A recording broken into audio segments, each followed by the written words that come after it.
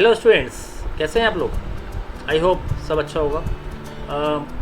Last lectures में हम लोगों ने डिस्कस किया था about the data structure, classification of data structure. I hope previous videos आपको अच्छे लगे होंगे, सही लगे होंगे और समझ में भी आया होगा। On today I will discuss the another topic which is relate from the data structure, and it's a you can say a pre-topic of data structure which is called an array. Previous video में मैंने array के बारे में कुछ आप लोगों से basic discussion किया था और आज हम एरे को थोड़ा सा डीपली डिस्कस करने जा रहे हैं इस वीडियो के अंदर। So come to the point, first the array is what exactly the meaning of array. As I have already discussed the concept of array, array you have just to define a collection of similar data types stored at contiguous memory allocations. इस बात से आपको idea हो गया होगा कि array का meaning है क्या। मीन्स कि एक ऐसे डेटा आइटम्स जो हम कंटिग्यूस मेमोरी के अंदर क्या कर रहे हैं, स्टोर करा रहे हैं। क्यों स्टोर कराते हैं, क्या रिक्वायरमेंट है, किस कंडीशन में हमें एरे की रिक्वायरमेंट पड़ी सी प्रोग्रामिंग के अंदर, ये सब चीज़ें हम डिस्कस करने वाले हैं इस वीडियो के अंदर। सो एक सिंपल सा डेफिनेशन हुआ कि array is defined as a collection of similar data items. यानी कि अगर मैं बात करता हूँ द एज ऑफ पर्सन, तो जो एज ऑफ पर्सन का जो डेटा टाइप है वो क्या होगा, वो न्यूमेरिक होगा। आई मीन एज 1 से लेके एज 99 तक या एज 100 तक जो भी हमारा डेटा स्टोर होगा वेरिएबल के अंदर, वो किस फॉर्मेट में होगा, इंटीजर टाइप फॉर्मेट में होगा। तो यहाँ मतलब वही है कि अब 100 जनों का जो डेटा है या 100% का जो डेटा है वो मैं 100 वेरिएबल्स में तो स्टोर कर नहीं पाऊँगा, और करूँगा भी तो वो मैनेज करना मुश्किल हो जाएगा। सिंपल सा फंडा है। तो डैट इज़ अ कंडीशन कि हमें एरे की रिक्वायरमेंट पड़ी ऐसी जगह जहाँ पे हमें सिमिलर टाइप का डेटा एक वेरिएबल के अंदर स्टोर कराना हो, मेमोरी एलोकेशन के अंदर या मेमोरी के अंदर एलोकेट कराना हो, मेमोरी में एलोकेट कराना हो। That's the meaning of an array. So basically arrays are derived data types that can store primitive data types such as integer, char, float and double. Yes, array जो है आपका, वो जितने भी आपके प्रिमिटिव डेटा टाइप्स हैं जो आप लोगों ने प्रीवियस लेक्चर्स में पढ़े होंगे सी प्रोग्रामिंग के अंदर, या तो हम डेटा स्ट्रक्चर की बात कर रहे हैं, वहाँ पर जितने भी हमने डेटा टाइप पढ़े हैं, इंट, कैर, प्लॉट, डबल, ये सारे के सारे डेटा टाइप हमारे क्या हैं, एरे को सपोर्ट करते हैं। सिंपल सी बात है। यानी कि एरे हम इंटीजर टाइप का डेटा अगर हमें एक जैसा रखना है, या कैरेक्टर टाइप का डेटा अगर हमें एक जैसा रखना है, या डबल या प्लॉट, जिस भी टाइप का डेटा हमें एक जैसा रखना है कंटिग्यूस मेमोरी एलोकेशन के अंदर या कंटिग्यूस मेमोरी एलोकेट कराने के लिए, सो डैट ये सारे सारे डेटा टाइप हमारे क्या हैं, वैलिड हैं, प्रिफरेबल हैं, किसके लिए, एरे के अंदर। Anyway, so array are the simplest data structure allowing each element to be randomly accessed using its index number. Yes, अब बात यहाँ आती है इंडेक्स नंबर क्या है। मैंने प्रीवियस वीडियो में बताया होगा, let's say this is the a, it's the name of an array, we have just to define the bracket like this. Okay, हम स्क्वायर ब्रैकेट का यूज़ करते हैं जब भी हम एरे क्रिएट करेंगे। We have just to use the square bracket. Inside that, suppose if I use the 10, if I write here the 10 is what, 10 is the maximum size allocation in the memory. सो यहाँ पे जो 10 है ना, ये जो 10 है, ये 10 हमारा क्या है, इंडेक्स नंबर रिप्रेजेंट करता है। यानी कि 0 से लेकर मैं 9 तक कंटिग्यूस मेमोरी एलोकेट कर सकता हूँ with the help of similar name which is called array. और ये 0, 1, 2 ये सब क्या है, ये हमारे सब इंडेक्स नंबर कहलाते हैं, जो कि इन पर्टिकुलर स्क्वायर ब्रैकेट के अंदर ये इंडेक्स वैल्यूज या इंडेक्स नंबर हम डिफाइन करते हैं। So you don't need to define separate variable for each subject marks. यहाँ पे एक एग्जाम्पल लेके चले हैं कि अगर हमें स्टूडेंट्स के मार्क्स 6 सब्जेक्ट्स के एलोकेट करने हैं, तो हम क्या इतने वेरिएबल्स लेंगे। चलो यहाँ पर 6 हैं, हो सकता है मैनेजेबल हो, लेकिन 6 की जगह अगर मैं 60 कर दूँ तो मैनेजेबल नहीं है ना। उस केस के अंदर हमें क्या लेना पड़ेगा, ऑफ कोर्स एरे लेना पड़ेगा। So in that case, you have defined the array that store the marks in a contiguous memory locations. एक अनदर एग्जाम्पल हमने यहाँ पे लिया है कि मार्क्स 10, ये हमने एरे डिक्लेयर करा, represents a students marks in 10 different subjects with each subject's marks allocated at a specific index in the array. So here marks 0 denote the marks in the first subject, marks 1 denote the marks in the second subject and so on. अब ये जो 0 है, 1 है या 2 है, 3 है, ये सब क्या है? ये सब इंडेक्स नंबर होते हैं। एरे का इंडेक्स नंबर यानी कि कौन सा पर्टिकुलर मेमोरी के अंदर आपका कौन सा एलिमेंट स्टोर होगा। ये जो डायग्राम देख रहे हैं ना, आप ऊपर देखिएगा, ये कंटिन्यूअस मेमोरी एलोकेशन है जो हमने दिखा रखा है डायग्राम के अंदर। 0 1 2 3 4 5 एरे है साइज का, लेकिन हम जो 0 1 2 की हम बात कर रहे हैं ये हमारा इंडेक्स नंबर है, और यहाँ जो वैल्यू जाएंगी 1 2, ठीक है, 3 4 वटेवर 5, ये क्या है? ये मेरी वैल्यूज़ है, डेटा आइटम है, डेटा एलिमेंट्स है जो कि एरे के इंडेक्स के अंदर स्टोर कराए जाएंगे। ये हम देखते हैं practically, right. So come to the next, properties of an array. जल्दी से डिस्कस कर लेते हैं। प्रॉपर्टीज क्या कहती है? Each element is of same data type that carries same size. ये बात ध्यान रखिएगा, that is indivisible to 4 byte. Dear students, हम अगर एरे की बात कर रहे हैं तो एरे के अंदर सेम एलोकेशन का डेटा ही हमारा स्टोर होगा। ये नहीं कि एक इंडेक्स के अंदर, यानी कि एक इंडेक्स के अंदर मैंने 1 इनपुट कराया, दूसरे के अंदर मैंने इनपुट करा दिया 1.2। नो, नेवर, क्योंकि 1.2 represents the float and 1 only represents the integer. Getting the point? So पहली प्रॉपर्टी हमारी ये हुई कि सेम टाइप का और जो डेटा है हमारा स्टोर होगा एरे के अंदर। Element of the array are stored at contiguous memory allocation. As you are seeing that एक चेन है, एरे भी एक चेन है, ठीक है। कॉन्टिग्यूअस मेमोरी एलोकेट करता है जहाँ से एरे का इंडेक्स वैल्यू या इंडेक्स नंबर जनरेट हुआ है। जो डिफ़ॉल्ट इंडेक्स नंबर होता है एरे का, याद रखिएगा, वो क्या होता है? 0 होता है, हमेशा ध्यान रखिएगा। Let's say this is bracket, this is bracket, index name suppose is A and I have defined data type let's say int, ठीक है। अभी हम कोडिंग में देखेंगे। So int A inside this bracket 0, 0 is the default index number, right. So element of the array can be randomly accessed since we can calculate the address of each element of the array with the given base address and the size of that element. Yes, कोई भी element अगर हमारा array के अंदर store है तो dear student याद रखिएगा, उसको हम एक्सेस करा सकते हैं with the help of their index number and the given size of data element in an array. I hope तो समझ में आ गया होगा। For example, in the C language, the syntax of declaring array is like that. Yes, this is a way to declare the array. Int ARR. ARR is the name of an array. Maximum size is 10. यहाँ पे हमारा data type बदल गया, char. You store the character 10 character in a contiguous order. Similarly, float ARR 5. यानी कि यहाँ पे array का साइज कितना है? 5. यानी कि we have just to allocate the floating value contiguous in a memory of an array. Getting my point? Okay. Need for using an array. बहुत सिंपल सा एग्जाम्पल बताया था, आप लोग इसे पढ़ के देख लीजिएगा एक बार कि भाई अगर हम बात करते हैं कि हमें 100 एम्प्लॉयज़ का सपोज करो एज इनपुट कराना है। एक कंपनी है, उसमें 100 एम्प्लॉयज़ काम करते हैं। अब मेरे को हर एम्प्लॉय का एज इनपुट कराना है, तो इट्स नॉट प्रैक्टिकली पॉसिबल कि मैं 100 वेरिएबल्स एम्प्लॉय के एज स्टोर कराने के लिए डिक्लेयर करूं।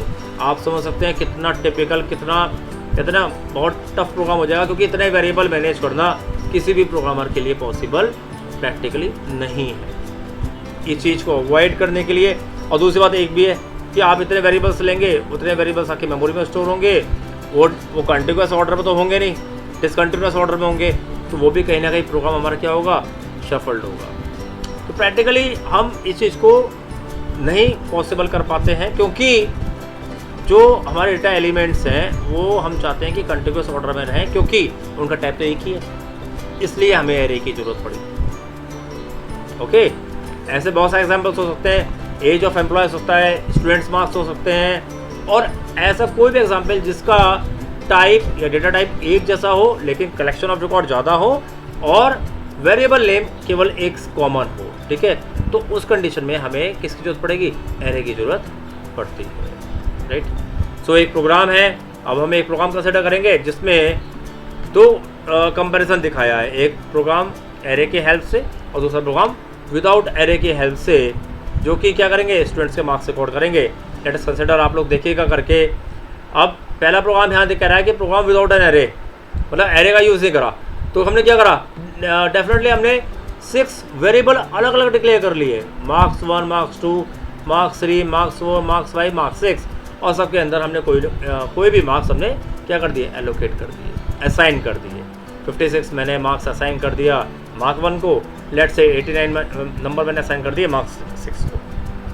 घटेगा पॉइंट, 6 वेरिएबल हो गए। चलो ठीक है, मैनेजेबल है, सबको प्लस करा, डिवाइड कर दिया 6 से, एवरेज आ गया वेरिएबल में, और हमने एवरेज को यहाँ प्रिंट करा दिया। 6 वेरिएबल हैं, आपने मैनेज कर लिया। फिर वही बात, अब ये वेरिएबल 6 के 60 होते तो नहीं पॉसिबल था ना, तब बड़ा टिपिकल हो जाता। उस केस में ये हमारा कंसेप्ट निकल कर आया एरे का। देखिए कितना इजी एग्जाम्पल है, ठीक है। एरे का नेम क्या है, मार्क्स। एरे का नेम क्या है, मार्क्स। 6 क्या है, साइज ऑफ एन एरे। फिर से सुन लीजिए, 6 is the size of an array, marks is the array name, और इसका डेटा टाइप क्या है, integer. Okay, we are just to define equal to, make a curly braces and assign the 6 marks in a continuous order. यहाँ पे curly braces आएगा dear students, ठीक है, ये प्रिंटिंग मिस्टेक है। तो कंटिन्यूअस आपने 6 मार्क्स केवल और केवल एक वेरिएबल मार्क्स के अंदर आपने एलोकेट करा दिया। ओके, कुछ सपोर्टिंग वेरिएबल्स ले लिए, आई, फ्लॉट, एवरेज निकालने के लिए हम ले लिया। आप कहोगे सर आई क्यों लिया? डियर स्टूडेंट्स, एक बात बहुत अच्छे से बताते हैं, क्योंकि जब हम एरे में ट्रैवर्स करते हैं ना, तो विदाउट लूप हम ट्रैवर्स नहीं कर सकते। यहाँ एडवांटेज ये था कि आपको यहाँ पे लूप की जरूरत नहीं पड़ी, बट क्योंकि हमें एरे में ट्रैवर्स करना है, कंटिन्यूअस एलोकेशन है, तो आप लोगों ने सी प्रोग्रामिंग में फॉर लूप पढ़ा होगा। फॉर लूप का काम क्या होता है, एक रेंज से दूसरी रेंज तक क्या करना, ट्रैवर्स करना। क्योंकि एरे भी क्या है, एरे भी एक आपका एक रूट फॉलो करता है, like this is suppose array 0 1 2 3 4 like this, ठीक है। So this is the array. अब जो पहला हमारा कंट्रोल है वो कहाँ पर है, इंडेक्स 0 पे है। चलना कहाँ तक है, मेरे को यहाँ तक चलना है। तो हम कैसे आएंगे, 0 से 6 तक आएंगे, तो उसके लिए हमें क्या लेना पड़ेगा, लूप लेना पड़ेगा। या just to start I equal to 0, I की वैल्यू लेस देन 6 हो, डेफिनेटली हम 5 नंबर इनपुट करा सकते हैं, ठीक है, 3 4 5 6। ओके, ठीक है। सो 0 से 5 6 हो गए, और एक ही करके इंक्रीमेंट करें एक एक वेरिएबल्स। ये आपको फॉर लूप का अगर फंडा पता है तो आप एरे के अंदर अप्लाई कर सकते हैं। ओके, अब क्योंकि आई हमारा एक लूप की तरह काम कर रहा है, तो मार्क्स का जो इंडेक्स होगा वो क्या होगा, आई होगा नेचुरली, क्योंकि आई ही फॉलो कर रहा है पूरे इंडेक्स वैल्यू को, और हर एक वैल्यू के अंदर हमारी ये सारी वैल्यूज स्टोर है। तो मार्क्स ऑफ आई हमने असाइन करा, प्लस एवरेज हमारा एक क्या है, एवरेज हमारा वेरिएबल है, एवरेज के साथ क्या कराया, प्लस कराया, और एवरेज को एलोकेट कर दिया। You will get printf, you will find the average of the given number। I hope यहाँ तक आपको क्लियर हो गया होगा। एक छोटा सा एग्जाम्पल लिया है, आप लोग करके देखिएगा, आपको भी समझ में आएगा।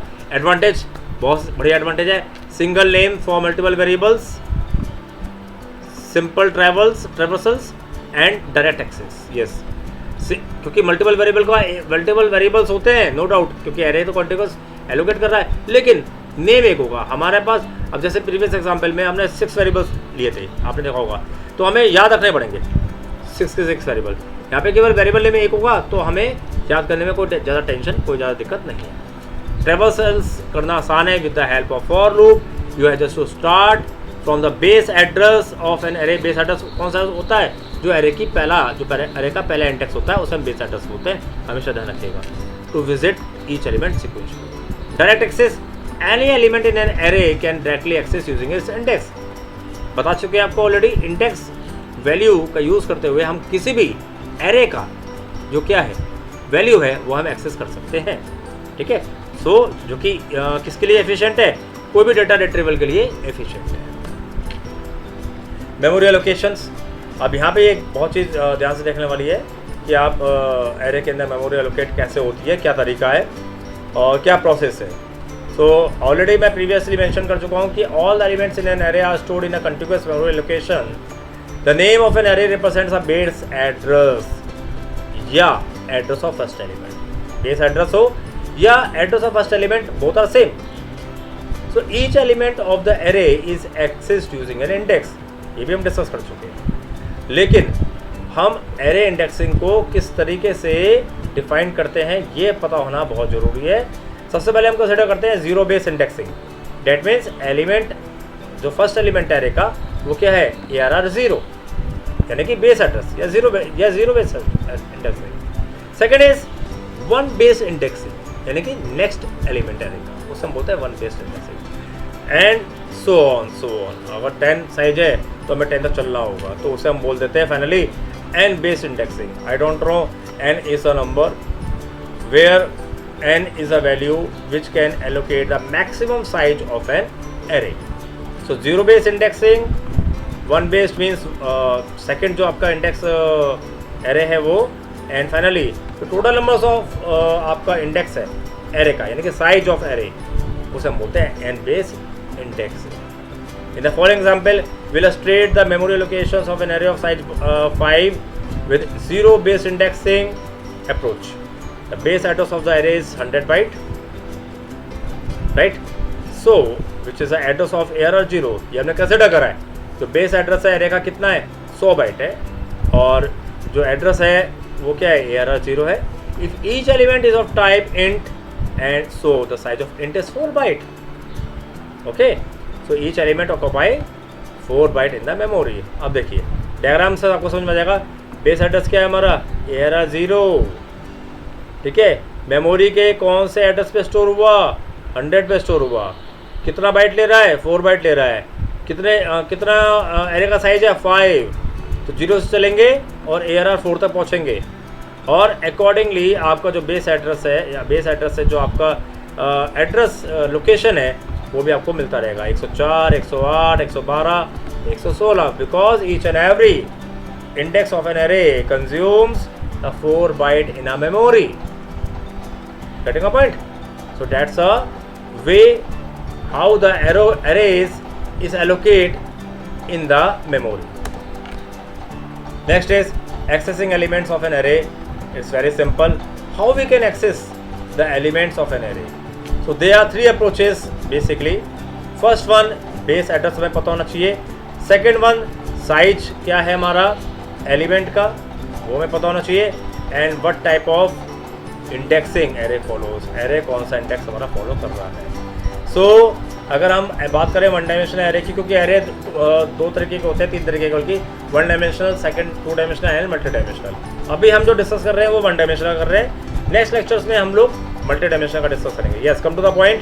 सो the formula is byte address of element a of i is equal to base address plus size into i minus first index. This is a formula. So L of AI is equal to BA plus I minus L. Size of an element, where L of I represents a location of element AI, B of A is a base address of an array, I is the index of an element whose location we want to find, and L is a lower bound of an array. Size of an element is a size in bytes each array elements. Yes, ये कुछ notations हैं, आप बहुत ध्यान से इन्हें पढ़िएगा। अब एक प्रॉब्लम कंसिडर करके चलते हैं, इससे आपको पता लग जाएगा कि हम कैसे एरे एलिमेंट को एक्सेस कर सकते हैं। सपोज हमारे पास एक एरे है, इसकी रेंज गिवन है a-10 से +2। ये एरे ए है, -10 से +2 का रेंज गिवन है। उसका बेस एड्रेस कितना है, बेस एड्रेस रखा है 999, साइज ऑफ एलिमेंट हमारा रखा है 2 बाइट्स। अब हमें लोकेशन हमें फाइंड करना है कि a-1 के अंदर क्या एग्जिस्ट कर रहा है। Find the location of a, index number क्या है, -1, ठीक है, यानी कि 0 से कम। Okay, so we have to apply the formula location of a, i की वैल्यू क्या है, -1, base address 999 plus -1 -10 okay, into size of element कितना है 2 बाइट, कैलकुलेट करेंगे तो we will get the location, we will get the random element of an array. हमने क्या करा, हमने लोकेशन फाइंड कर ली किसकी, a ऑफ -1 की, विच इज 1017। ओके, तो इस तरीके के छोटे छोटे प्रॉब्लम्स आपके सामने आ सकती हैं एग्जाम्स में, और इस तरह की छोटे छोटे केस स्टडीज़ आप लोग करेंगे। प्रैक्टिकली भी आप लोग एरे के एग्जाम्पल आप करके देखेंगे। I will demonstrate in the next video the practical implementation of an array, specially in the case of 1 dimensional. Okay, I hope ये लेक्चर आपको समझ में आ गया होगा। बहुत ध्यान से पढ़िएगा, इंटरेस्टिंग है। आने वाले जो वीडियो लेक्चर्स हैं और भी ज़्यादा इंटरेस्टिंग होने वाले हैं। और माय डियर स्टूडेंट्स, अगर कोई भी डाउट, कोई भी क्वेरीज, कोई भी क्वेश्चन आपके माइंड में आ रहा है तो प्लीज़ मेरे को आप कमेंट सेक्शन में ज़रूर पूछिएगा। और अभी तक अगर चैनल सब्सक्राइब नहीं किया है तो प्लीज़ डू इट फास्ट, क्योंकि यहाँ से डेटा स्ट्रक्चर का आपका क्या है, आपका एक बेस डिज़ाइन हो चुका है। और डेटा स्ट्रक्चर में आगे कुछ कॉम्प्लेक्स प्रॉब्लम्स भी आएंगी जिसको आप अच्छे से पढ़ेंगे, ठीक है। लेकिन तभी आपको फ़ायदा होगा जब आप इस चैनल को सब्सक्राइब करेंगे, लाइक करेंगे और फ्रेंड्स के साथ शेयर भी करेंगे। ओके, सो मिलते हैं फिर नेक्स्ट लेक्चर में। So keep watching this video. Okay, take care, bye bye.